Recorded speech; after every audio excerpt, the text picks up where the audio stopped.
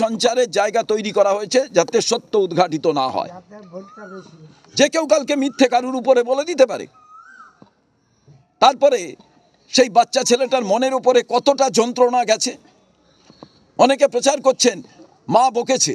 আরে মা বকবে না? আপনারা যদি মিথ্যে কোনো অভিযোগ করেন, বাবা মা কি করে? ছেলে মেয়েকে তো সবার সামনে বলে তোর জন্য আমায় কথা শুনতে হচ্ছে। আমি একেবারেই মনে করি না। মাতা পিতা হিসাবে তো সন্তানের ওপরে বাইরের কেউ কিছু বললে তাকে প্রোটেক্ট করার জন্য অগ্রিমভাবেই বাবা মা তো বকাবকি করেন।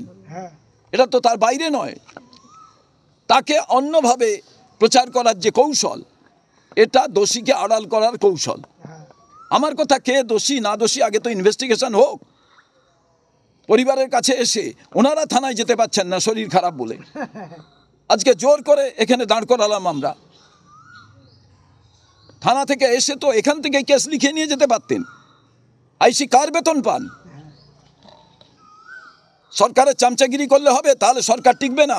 ভালো করে কাজ করুন, তাহলে আপনার সরকার টিকবে। যাদের আপনি চামচাগিরি করছেন, আমিও দেখছি যে এই আইসি কত দূর পর্যন্ত যেতে পারে। থানার আইসি তিনি যখন থেকে পোস্টমর্টম হয়েছে তারপর থেকে কি করে এই বাচ্চা ছেলেটাকে পুড়িয়ে ফেলা যাবে তার জন্য সচেষ্ট ছিলেন। এনাদের নিয়মকানুন মেনে এদের হরিকীর্তন হয়, এদের যে নিয়ম নীতি, সেই নিয়ম নীতি মেনে যেটা করা প্রয়োজন তিনি সেটা করতে তাদের দেওয়া হয়নি। বলেছেন যে নদীতে ভাসিয়ে দেওয়া হবে, মর্গে পাঠিয়ে দেওয়া হবে, তাড়াতাড়ি করুন।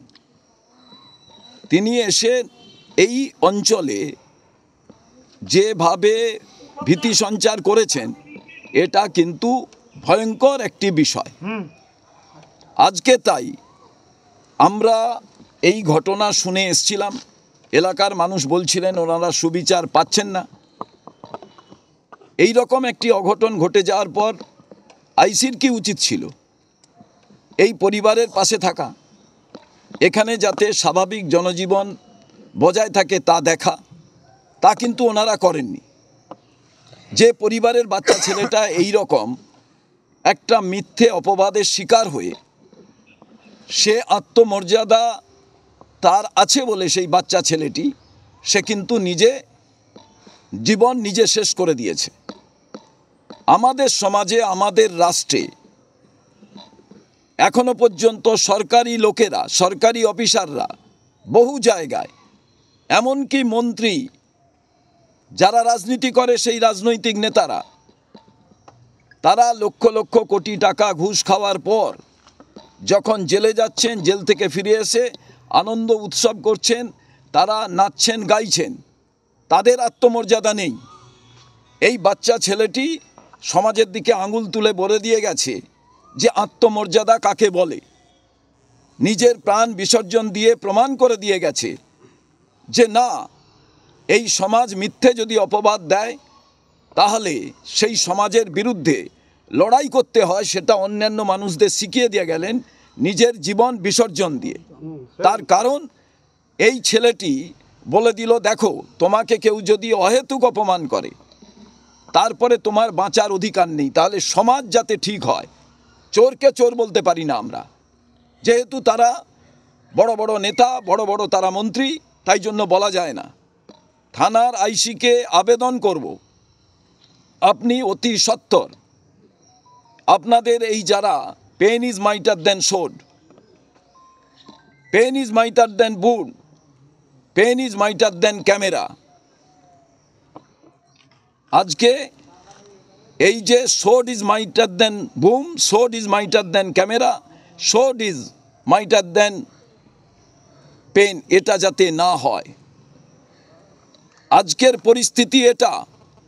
এই পরিবারের পাশে পুরো গ্রামের মানুষকেও বলবো আপনারা দাঁড়ান। আপনার বাড়ির ছেলের ওপরে কাল এই আঘাত আসতে পারে, এটা ভয়ঙ্কর বিষয়। এবং সাংবাদিক বন্ধুদের আমি অভিনন্দন জানাবো, আপনারাও কিন্তু এই বিষয়টি তুলে ধরেছেন, তাই সারা বাংলা আজকে জেনেছে।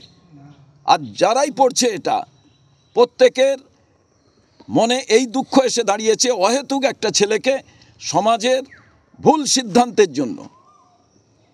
তিনি সিভিক ভলেন্টিয়ার্সে কাজ করেন তাই বড় শক্তিশালী, এবং সরকারি দল সেই তৃণমূল কংগ্রেসকে বলবো, আপনারা নাকি জনসম্পর্ক প্রচণ্ড, আপনাদের উপর থেকে নিচ অবধি, আপনারা আসুন এই পরিবারের পাশে দাঁড়ান, কেন দাঁড়াচ্ছেন না?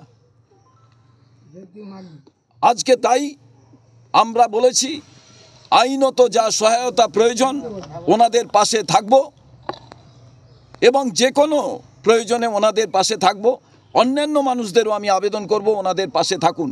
ওনারা পিংলাতে থাকেন, এখানে কাজ করার জন্য এসছেন, এখানে 8 বছর ধরে আছেন, পাশে ওনারা স্থায়ী বসবাসের জন্য জায়গা করেছেন, কিন্তু দুর্ভাগ্যের বিষয় আজ ওদের বাড়িতে কেউ আসতে পারছে না, যদি আসে তাদের বিরুদ্ধে কেস হয়ে যাচ্ছে। এই রকম ভয়ঙ্কর অবস্থা হবে কেন? এবং সাংবাদিক বন্ধুদের বলবো, আপনারা প্রতিরোধ গড়ে তুলুন, আপনাদের থেকে বড় শক্তিশালী আর কোনো মাধ্যম নেই। এই রকম ভয়ঙ্কর ঘটনা আপনার পরিবারে ঘটতে পারে, আমার পরিবারে ঘটতে পারে, আইসির পরিবারে ঘটতে পারে। এটা কি পশুরাজ্য হয়ে গেল? এই ছেলেটি তো সেটাই প্রমাণ করে গেছে যে মিথ্যে অপপ্রচার, মিথ্যে দোষারোপ, যারা সত্যিকারের চোর জেলে যাচ্ছেন তারপরেও তাদের লজ্জা নেই।